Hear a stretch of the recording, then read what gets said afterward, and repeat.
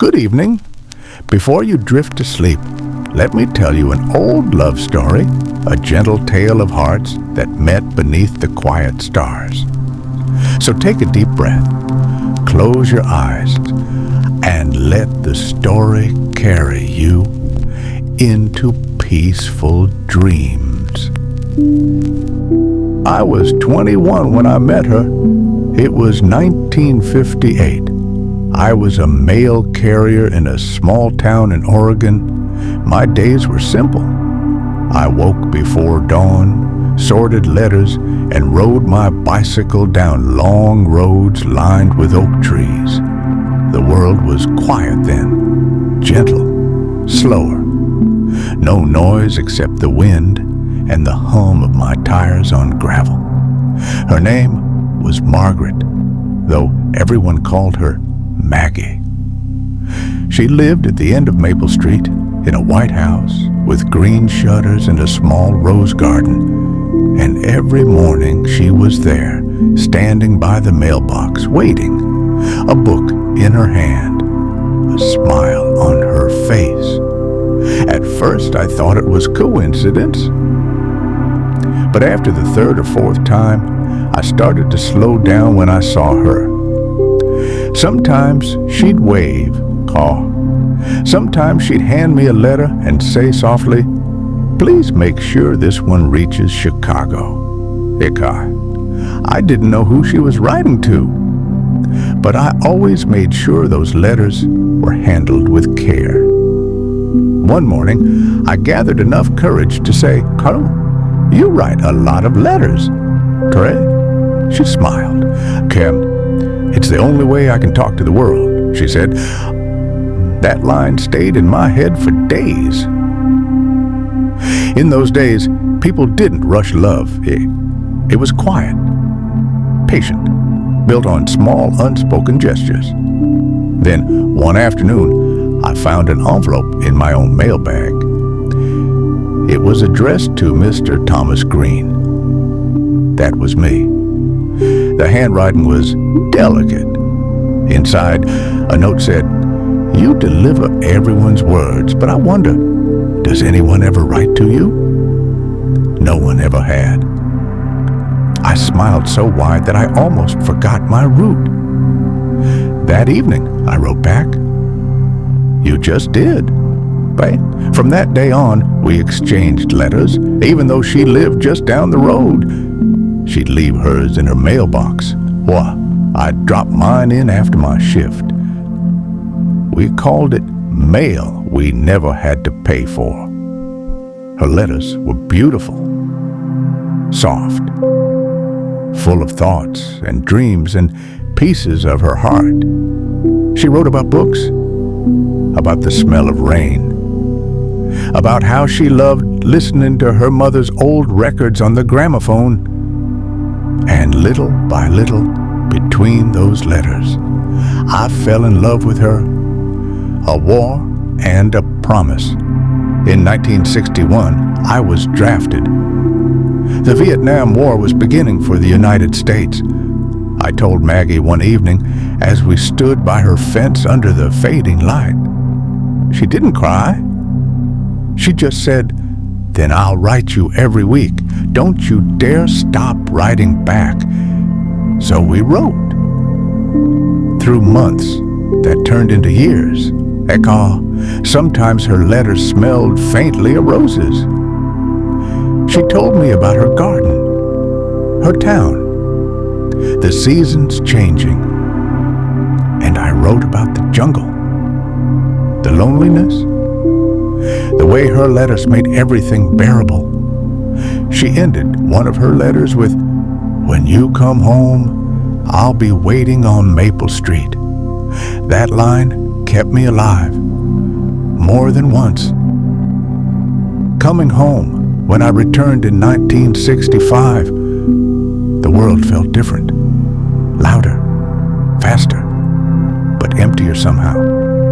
I went straight to Maple Street. The roses were still blooming. Maggie came out onto the porch, her hair shorter, her smile the same. She ran toward me. her arms wrapped around me, warm, trembling, real. We didn't need words that day. The war had taken enough from me. I wasn't going to let time steal her too. For the next few years, we were inseparable.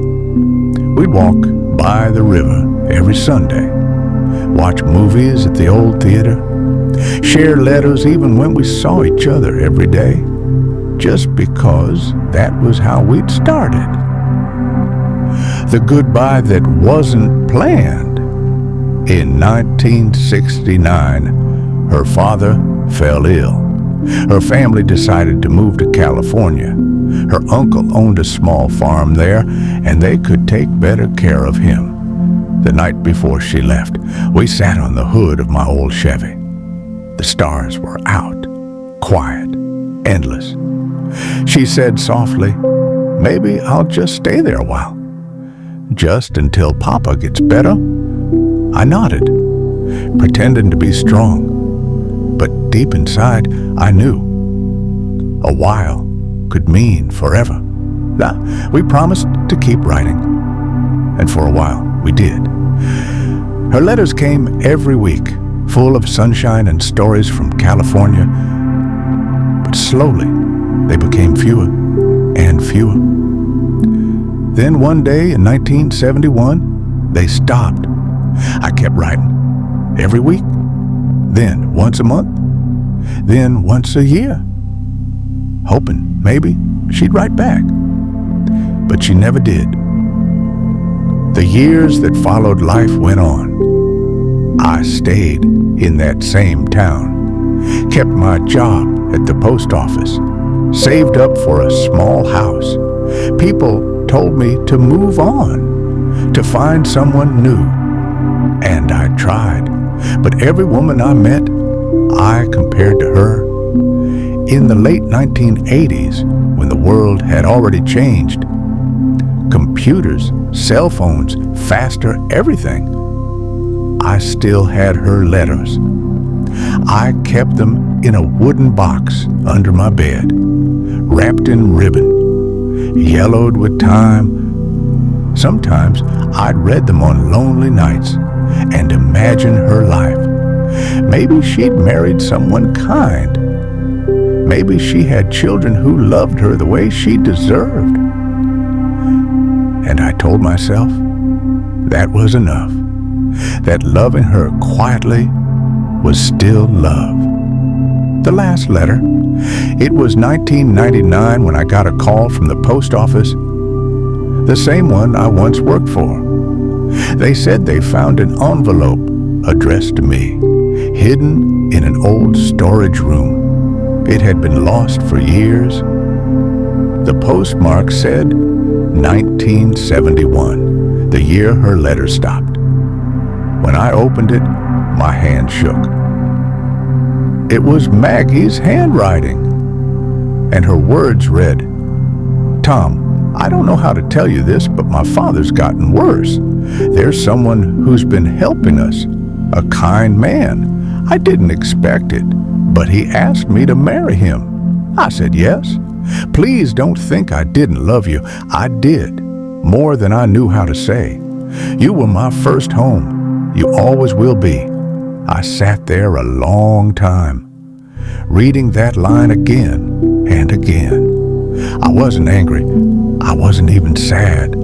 Just still. Because after all those years, she kept her promise. She did write back. The confession, now it's 2001. I'm an old man with silver hair, sitting by the same river we once walked beside. I never married. Not because I was bitter, but because once in a lifetime, you meet someone who fills your soul so completely that anyone else feels like an echo. I still write her letters sometimes. Not to send, just to remember. I tell her about the changing seasons, about the new post office, about how I still ride my bicycle on Maple Street every Sunday. People say time heals everything. I don't think that's true. Time doesn't heal? Dear gosh, it just teaches you how to live with the ache. And sometimes, when the wind moves through the trees just right, I swear I can still hear her voice saying, "You deliver everyone's words, but I'll always write to you." When I die, I've asked that my letters to Maggie be buried with me, not out of sadness, but because they are the truest pieces of me that ever existed. And if somehow, wherever she is, she reads them, I hope she knows that even after 50 years, I still kept my promise to love her quietly for as long as I breathe.